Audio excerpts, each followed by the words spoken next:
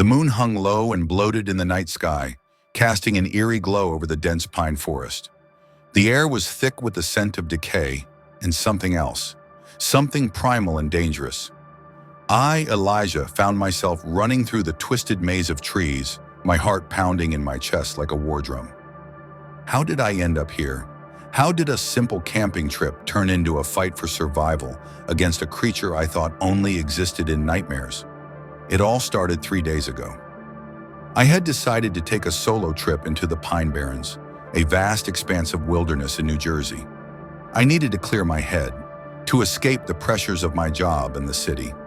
Little did I know that I was walking into a trap set by nature itself. The first 2 nights were uneventful. I hiked during the day, set up camp as the sun set, and fell asleep to the gentle rustling of leaves in the wind. But on the 3rd night, everything changed. I was awakened by a blood-curdling howl that seemed to shake the very ground beneath me. It wasn't a wolf. No, this was something much larger, much more menacing. I sat up in my tent, my body rigid with fear. The howl came again, closer this time. I could hear the snapping of branches, the heavy footfalls of something massive moving through the underbrush. With trembling hands, I unzipped my tent and peered out into the darkness. The campfire had long since died, leaving only the faint glow of embers. And there, at the edge of the clearing, I saw it. 2 eyes, glowing an unnatural yellow, stared back at me. They were set high off the ground, belonging to a creature that stood on 2 legs. As my eyes adjusted to the darkness, I could make out its silhouette, a grotesque mixture of man and beast. Thick fur covered its body, and its hands ended in razor-sharp claws that glinted in the moonlight. I froze, hoping against hope that if I didn't move, it wouldn't see me. But then the wind shifted, carrying my scent toward the creature. Its nostrils flared, and a low growl rumbled from its chest. In that moment, I knew I was no longer the observer. I had become the prey. Adrenaline surged through my veins as I burst out of the tent, not even bothering to grab my supplies. I ran blindly into the forest, branches whipping against my face, roots threatening to trip me with every step.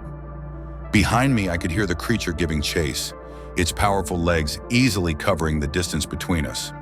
I ran until my lungs burned and my legs felt like lead. But every time I thought I had lost it, I would hear that bone-chilling howl, always closer than I expected. It was toying with me, I realized. This wasn't just a hunt, it was a game. As I stumbled through a small clearing, my foot caught on a hidden root, and I went sprawling to the ground.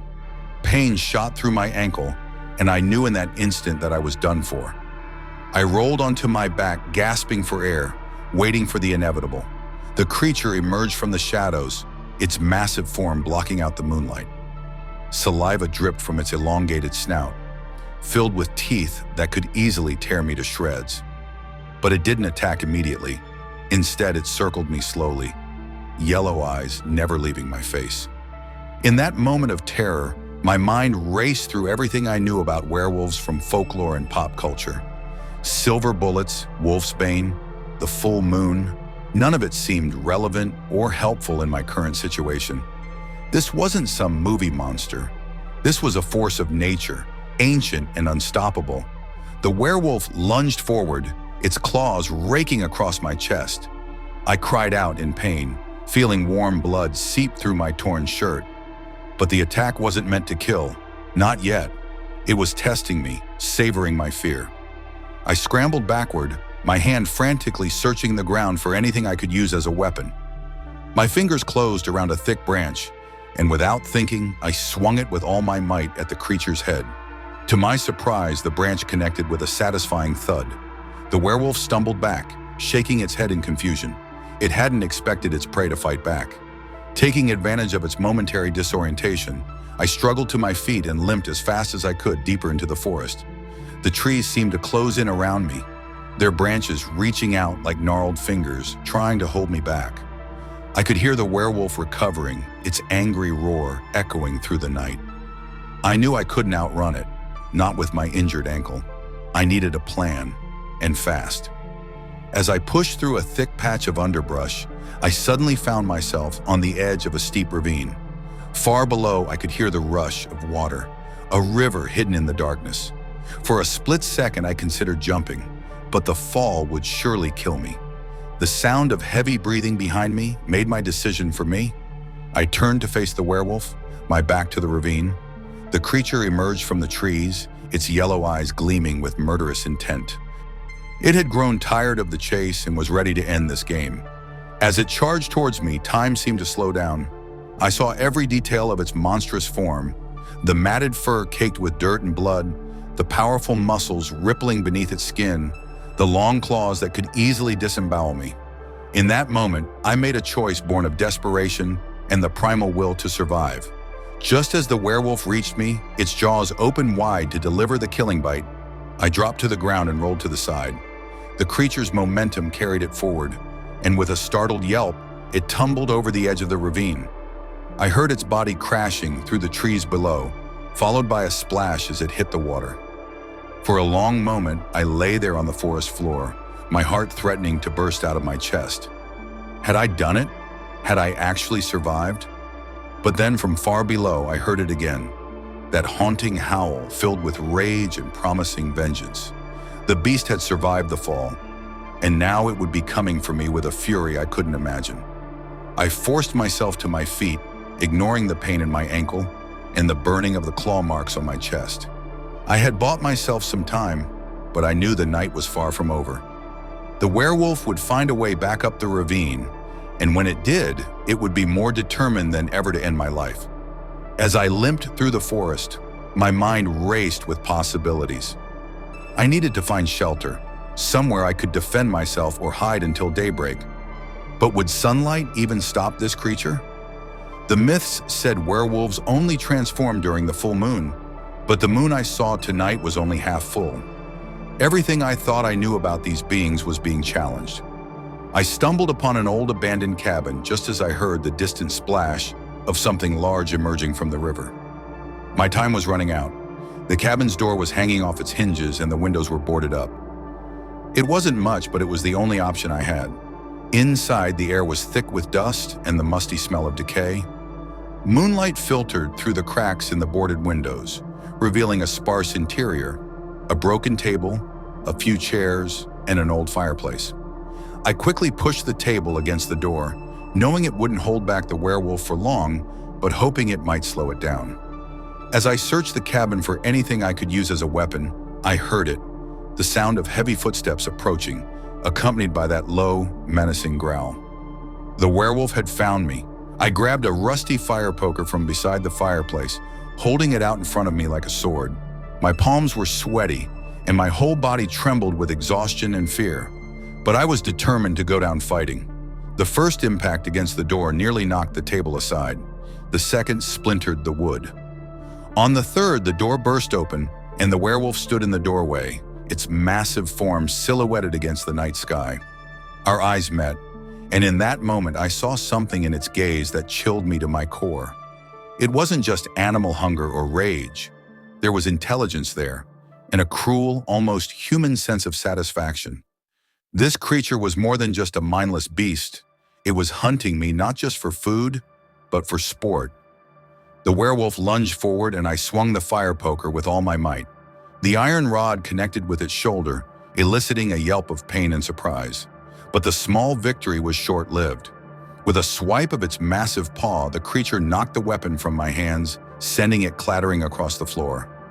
I dove to the side as the werewolf's jaws snapped shut where my head had been just moments before. I rolled across the floor, my hand closing around one of the broken chair legs. As I came up to my knees, I thrust the jagged end of the wood toward the creature's face. By sheer luck, the makeshift stake caught the werewolf in the eye. It reared back, howling in agony, giving me just enough time to scramble to my feet and run toward the back of the cabin. There had to be another way out, a back door, a window, anything. But as I reached the rear wall, I realized with growing horror that there was no escape. The cabin was built into the side of a hill, with solid earth pressing against the back wall. I was trapped.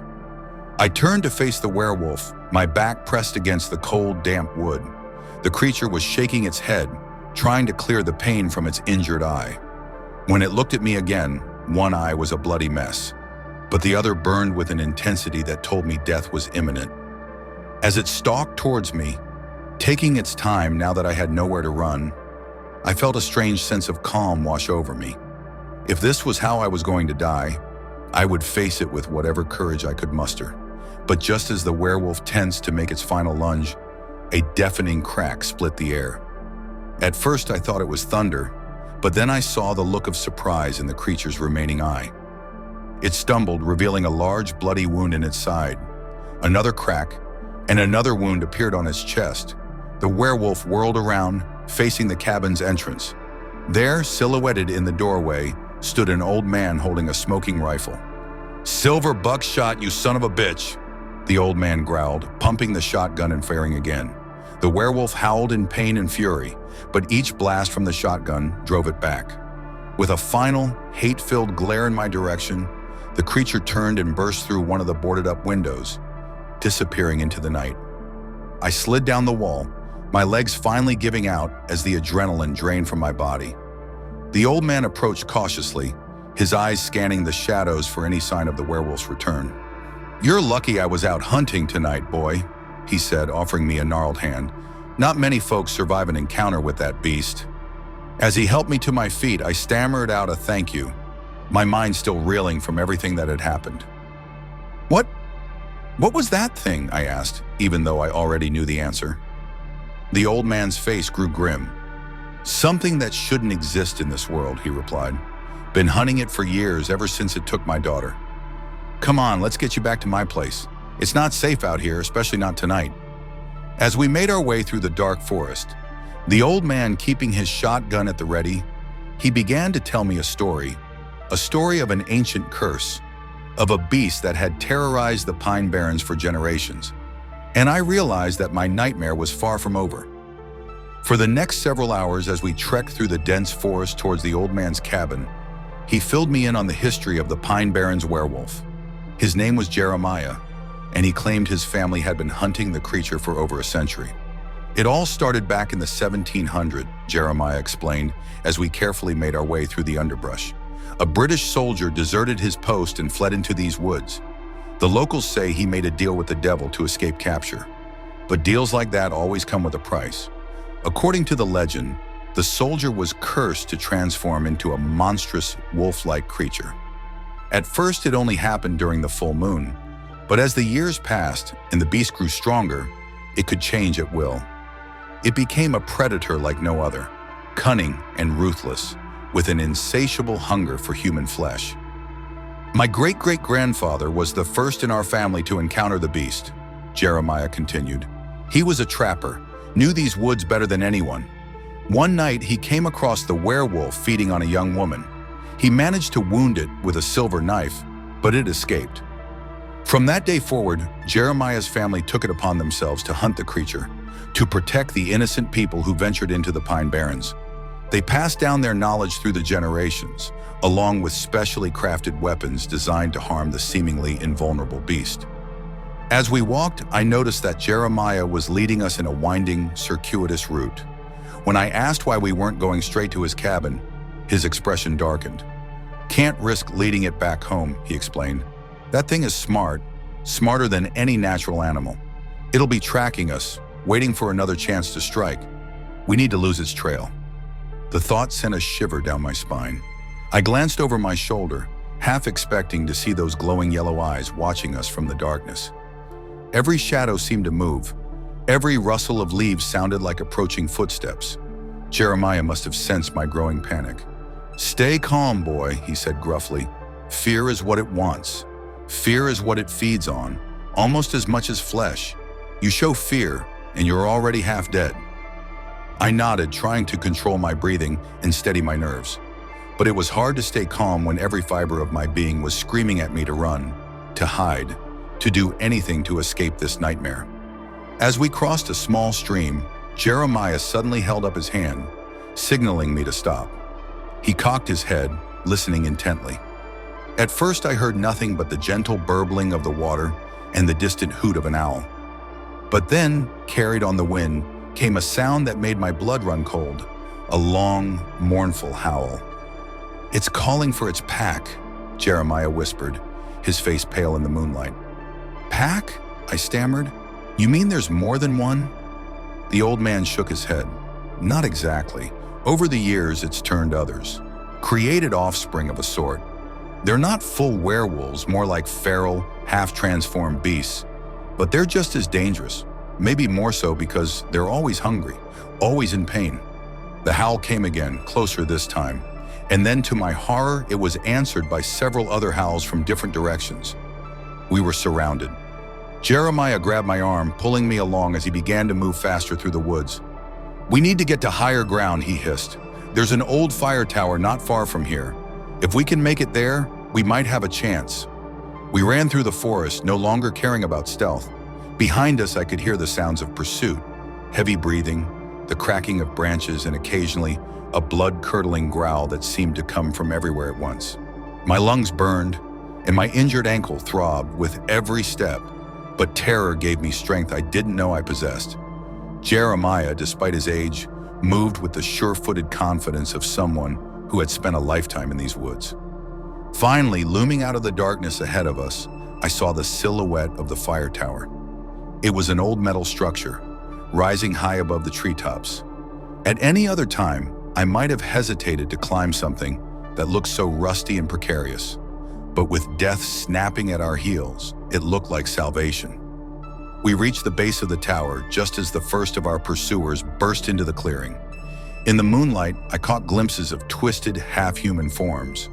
Creatures that looked like men who had begun to transform into wolves, but had gotten stuck halfway through the process. Their eyes glowed with the same eerie yellow light as the full werewolves, and their mouths were filled with sharp, elongated teeth. "Climb!" Jeremiah shouted, firing his shotgun at the approaching monsters. The blast caught one in the chest, sending it tumbling backward with a pained yelp. But there were more right behind it. I scrambled up the metal ladder, my hands slipping on the dew-slick rungs. Above me, I could hear Jeremiah following, pausing every few seconds to fire another shot at our pursuers. About halfway up the tower, I made the mistake of looking down. The clearing below was filled with snarling, snapping creatures, all fighting to be the first to reach us. And there, at the edge of the trees, stood a figure larger than the rest. The werewolf, its one good eye gleaming with malevolent intelligence. As I watched in horror, it began to climb the tower, its claws easily finding purchase on the metal frame. It was going to reach us long before we made it to the top. "Keep climbing!" Jeremiah yelled from below me. I heard the click of an empty shotgun, followed by muttered cursing. We were out of ammunition. With a final burst of desperate energy, I hauled myself onto the platform at the top of the tower. I turned to help Jeremiah, but he was still several rungs below, and the werewolf was gaining fast. In that moment, I made a decision. I grabbed the old fire axe that was mounted on the wall of the tower's small cabin. With shaking hands, I began to hack at the bolts holding the ladder to the platform. Jeremiah saw what I was doing and nodded grimly. He increased his pace, practically throwing himself onto the platform just as I severed the last bolt. The ladder, with the werewolf still on it, fell away into the darkness. There was a crash, followed by an enraged howl that echoed through the night. But our victory was short-lived. The fall hadn't killed the creature. Nothing seemed able to do that. We watched in dismay as it began to circle the base of the tower, looking for another way up. Its pack of half-transformed minions joined it, their eerie yellow eyes fixed on us. "What do we do now?" I asked, my voice hoarse with exhaustion and fear. Jeremiah didn't answer immediately. He was rummaging through an old footlocker in the corner of the cabin. Finally, he pulled out a flare gun and a handful of flares. "We wait for dawn," he said grimly, "and we pray we have enough flares to keep them at bay until then." As the night wore on, we took turns keeping watch and firing flares at any creature that tried to climb the tower. The bright red light seemed to pain their sensitive eyes, buying us precious minutes of respite each time. But as the flares dwindled and the eastern sky began to lighten, I realized we had a new problem. The werewolf and its pack showed no signs of retreating with the coming dawn. If anything, they seemed more frenzied, more desperate to reach us before the sun rose. "I thought werewolves couldn't stay transformed during the day," I said to Jeremiah, voicing the question that had been nagging at me all night. The old man shook his head. "Most can't, but this one, it's had centuries to grow stronger. to overcome the usual limitations. Sunlight weakens it, sure, but it doesn't force it to change back anymore. As the first rays of sunlight began to peek over the horizon, the werewolf made its move.